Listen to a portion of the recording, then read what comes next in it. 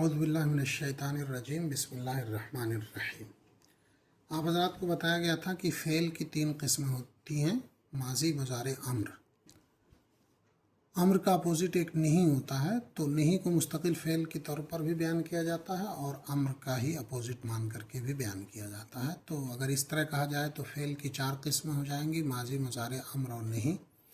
वैसे उम्मी तौर से 3 ही बयान किया जाता है। तो माजी और मुज़ारे की बहस मुकम्मल हो गई। अब यहाँ से अम्र का बयान। तो सबक नंबर 18, अम्र और नहीं का बयान। अम्र के माने होते हैं किसी काम का हुक्म देना और नहीं के माने हैं किसी काम का मना करना। जिस फ़ेल से किसी काम करने का हुक्म मालूम हो उसको फ़ेल अम्र कहते हैं। जैसे इज़हब, तू जा। जिस फ़ेल के करने से किसी काम करने की ममानियत हो उसको फ़ेल नहीं कहते हैं। मसलन ला तज़हब, तू मत जा, ला तक्तुब, तू मत लिख। तो नहीं में न करने का हुक्म होता है और अम्र में करने का हुक्म होता है। और इससे पहले जो आपने पढ़ा मुस्बत और मनफी, तो मुस्बत वो है कि जिसके अंदर काम कहाँ मालूम हो और नहीं का मतलब जिसमें नहीं मालूम हो। जैसे ज़हबा वो गया, मा ज़हबा वो नहीं गया, यज़हबु वो जाता है और ला यज़हबु वो नहीं जाता है या नहीं जाएगा। फ़ेल अम्र की 2 किस्में हैं, अम्र हाजिर और अम्र गायब। तो अम्र गायब तो नहीं होता है, लेकिन क्योंकि उसके सीगे आते हैं वो एक तरह से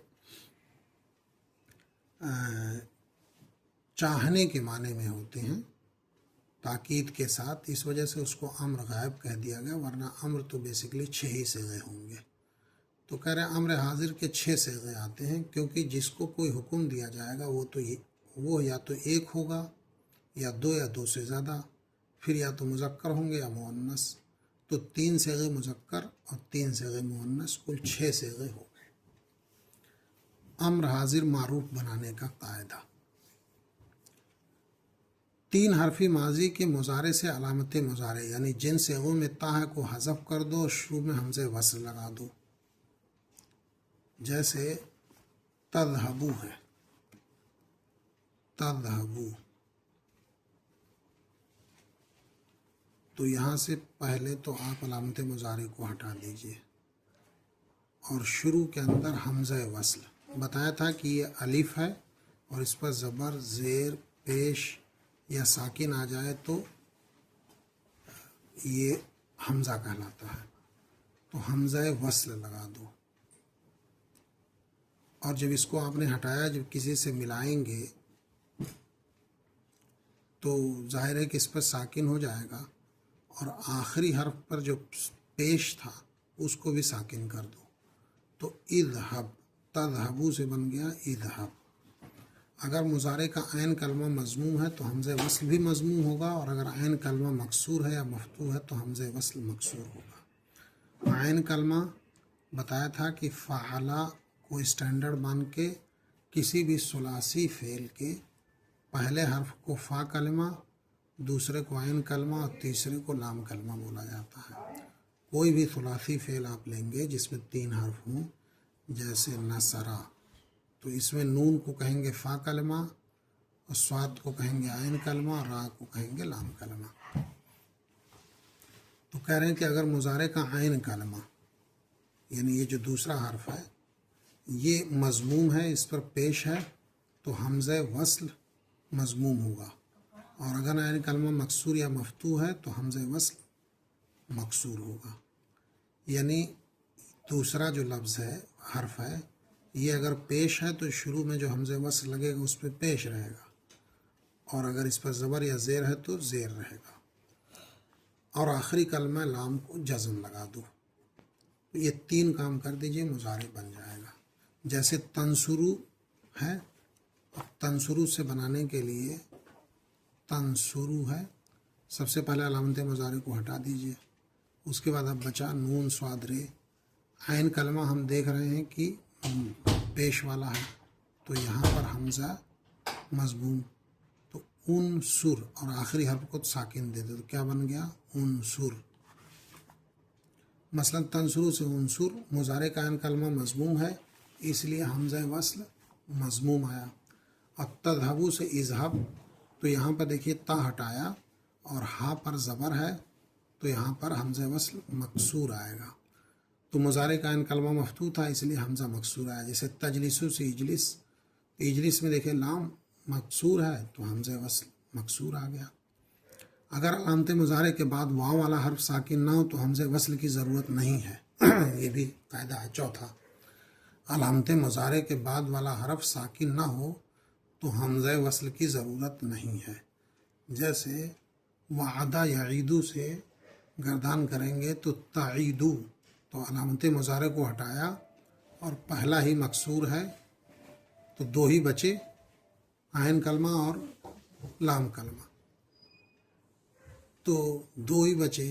तो पहले में यह है तो इसका हो जाएगा ईद, ईद ईदा उदू, और नून रावी साकित हो जाएगा, नून ज़मीर अपनी हालत पर रहेगा। अगर आखिर में हरफ इल्लत हो तो साकित हो जाएगा, जैसे तदू से उदू।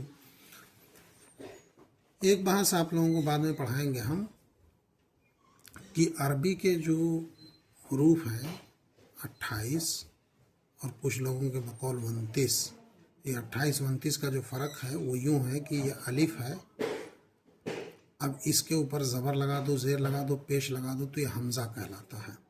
तो अब एक मसला ये है कि क्या हमज़ा मुस्तकिल हर्फ है या अलिफ ही हमज़ा में बदल जाता है।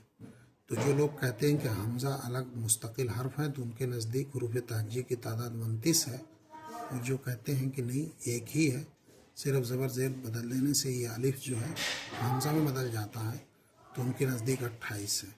इस 28 में से 3 हरूफ इल्लत हैं, वाव, अलिफ और या। अलिफ वाव या, अलिफ वाव या, ये 3 हरूफ इल्लत कहलाएंगे यानी वावल कहलाएंगे, और बाकिया कॉन्सोनेंट यानी हरूफ सही कहलाते हैं। जिन फ़ेल के अंदर इन तीनों में से कोई एक लफ्ज़ आता है उनको हरूफ फ़ेल मुअतल कहते हैं। मुअतल माने ऐसा फ़ेल जिसके अंदर हरफ इल्लत शामिल है। तीनों में से फ़ा कलमा, ऐन कलमा, लाम कलमा में से किसी एक जगह पर हरफ इल्लत हो तो उसको फ़ेल मुअतल कहते हैं। फ़ेल मुअतल में जब गर्दान करते हैं तो अल्फाज गिर जाते हैं या बदल जाते हैं, इसकी बहस थोड़ा सा हट के आएगी।